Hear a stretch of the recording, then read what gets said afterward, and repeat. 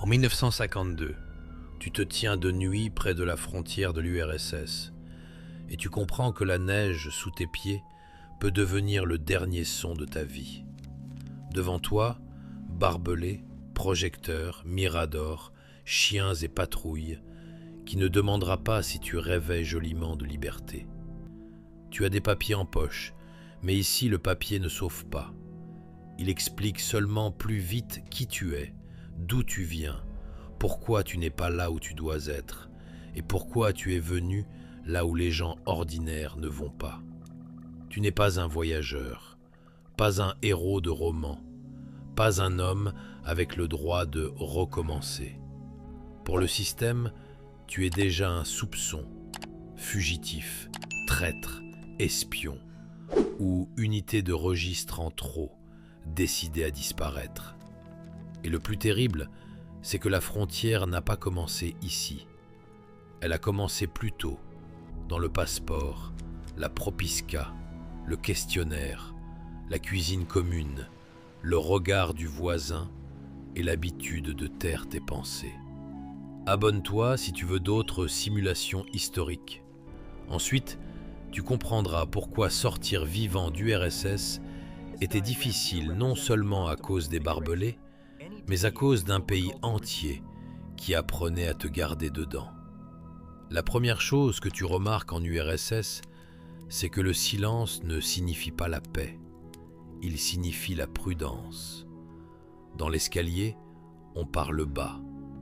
Dans la cuisine, on se tait quand une porte s'ouvre. Dans la file, on crie pour le pain, mais on parle politique, comme si les murs écrivaient des dénonciations. Tu ne tombes pas dans un immense camp, ce serait trop simple. Tu tombes dans un pays où la vie ordinaire marche à côté de l'ombre des camps. Les gens vont au travail, réparent des chaussures, achètent du hareng, font la queue, écoutent la radio, sèchent le linge dans les couloirs et savent qu'une mauvaise biographie peut être plus dangereuse qu'une maladie. La kommunalka sent le chou, le tabac, les vêtements mouillés, le savon bon marché et la fatigue. Dans la cuisine se croisent famille, rancune et soupçon. Chacun a son étagère, sa casserole, son cadenas et ses raisons de se méfier. Ici, impossible de fermer la porte et devenir invisible. Ta vie s'entend à travers le mur. Dans les rues, les portraits du chef regardent d'en haut. Des fils s'allongent devant les magasins. La sirène d'usine coupe l'aube. Le milicien au coin ne t'arrêtera pas forcément, mais rappelle que l'État ne dort pas, même quand il règle l'ordre. Tu n'as même pas encore tenté de fuir, mais tu as compris. Ici, la liberté commence non par la route, mais par l'autorisation. Ensuite, ce sera pire. Il faudra vivre sans que personne comprenne qu'au-dedans, tu cherches déjà la sortie. Ta journée commence non par un réveil, mais par la bouilloire d'un autre derrière le mur. Quelqu'un fait claquer une casserole dans la cuisine commune, quelqu'un tousse dans le couloir, quelqu'un a pris le réchaud et te regarde comme si tu menaçais sa part personnelle du socialisme. Tu sors avec tasse, cuillère et visage d'un homme pas encore réveillé, mais déjà obligé d'être prudent. La kommunalka ne te donne pas le luxe de la solitude. Ici, on entend quand tu es rentré, avec qui tu as parlé, combien tu as mangé, ce que tu as rapporté et pourquoi tu es revenu tard. Toilette commune, file commune, odeur commune, choux, kérosène, tabac, bottes mouillées, savon bon marché, vieux parquet et fatigue. Au travail aussi, tu ne t'appartiens pas. Il faut être comme tout le monde, pas trop silencieux, intelligent ou mécontent. Dire la bonne phrase à la réunion, signer le bon papier, ne pas poser de questions inutiles, ne pas plaisanter là où quelqu'un peut retenir la blague mieux que ton nom. Le passeport repose dans ta poche comme une brique de pouvoir. Il contient ta place, ta propiska, ta biographie, ton droit d'être là où tu es. L'homme moderne pense « je peux partir ». Ici, il faut d'abord expliquer pourquoi tu veux bouger. Le soir, tu reviens à la même cuisine, au même mur, et tu comprends. Ce qui te brise, ce n'est pas seulement la peur de l'arrestation, mais un quotidien qui exige de jouer l'homme normal, satisfait et prévisible. Tu croyais que le principal danger était la police secrète, mais d'abord, t'effaces la proximité des gens impossible à éviter. Ensuite, ce sera pire. L'État transformera cette proximité en système où une seule conversation peut rendre ta vie suspecte. La menace principale ici n'est ni l'homme en manteau de cuir, ni le coup à la porte la nuit, c'est le papier. Petit, avec tampon, case, propiska et biographie impossible à réécrire d'une belle phrase. Je veux seulement commencer une nouvelle vie. Tu ne peux pas disparaître. Tu ne peux pas monter dans un train et partir où tu veux. Le passeport intérieur dit où tu vis, où tu dois travailler, à quel lieu tu es lié et pourquoi ton absence doit être expliquée. La propiska transforme la ville non en espace, mais en permission. Sans elle, tu n'es pas un homme libre cherchant l'avenir, mais un corps suspect sans bonne adresse.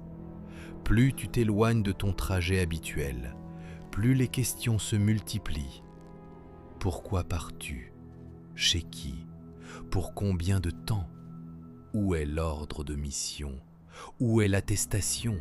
Pourquoi si peu d'affaires? Pourquoi regardes-tu la fenêtre trop longtemps? Dans un pays où tout doit compter, l'homme de hasard paraît plus dangereux qu'un criminel. Le criminel, au moins, on peut le nommer.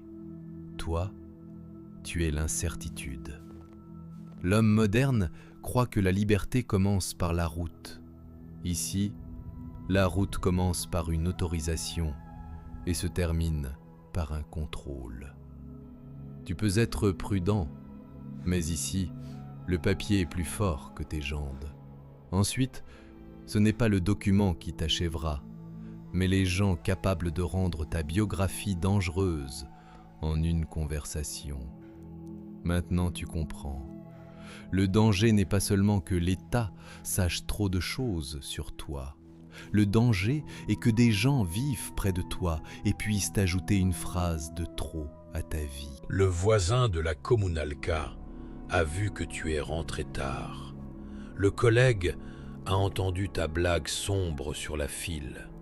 Le chef a remarqué que tu n'applaudissais pas assez fermement. La femme dans la cuisine a retenu ta question sur un parent à l'étranger. Dans un monde normal, ce sont des détails. Ici, c'est de la matière. Tu ne sais pas qui compatit, qui a peur, qui veut ta chambre et qui a compris qu'une dénonciation peut être acte de loyauté et outil domestique. Tu vexes quelqu'un, il se souviendra de ta suspicion. Tu ne partages pas, il se souviendra de tes paroles. Tu te distingues trop, on te remarque. Tu te caches trop, suspect aussi. Le rêve de partir devient imprononçable, même devant un proche, parce qu'un proche veut vivre aussi, a peur aussi, et peut céder si on lui pose les bonnes questions. Si tu te tais, tu es seul. Si tu parles, tu risques de disparaître avant d'atteindre le train. Ensuite commence le plus dangereux, la route elle-même, où chaque billet, regard et question vérifiera ton droit de te déplacer. Tu achètes ton billet non comme un passager, mais comme un homme déjà coupable. La gare gronde, valises, capote, pleurs d'enfants, odeur de charbon, laine mouillée et tabac bon marché. Les gens se pressent, Mais toi, pas trop visiblement. Tu restes calme, suspect. Tu regardes autour, encore plus suspect. Ici, même la peur doit paraître disciplinée. Le train semble être une sortie. En réalité, c'est un couloir de contrôle. Le contrôleur regarde le billet. Le milicien regarde le passeport. Le voisin regarde ton sac. Les questions sont simples. Où allez-vous? Pourquoi? Chez qui? Pour longtemps?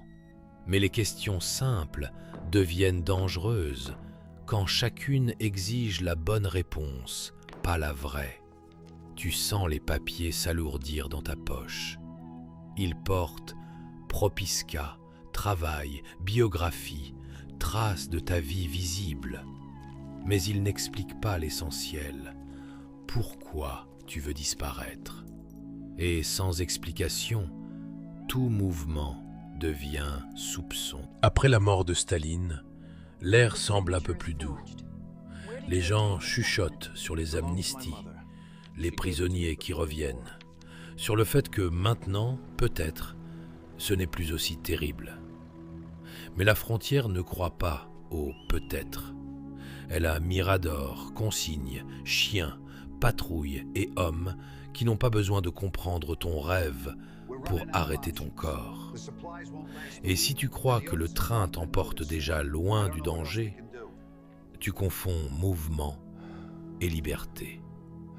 Le dernier coup t'attend devant, là où la route s'achève et où l'État demande non où tu vas, mais pour qui tu te prends.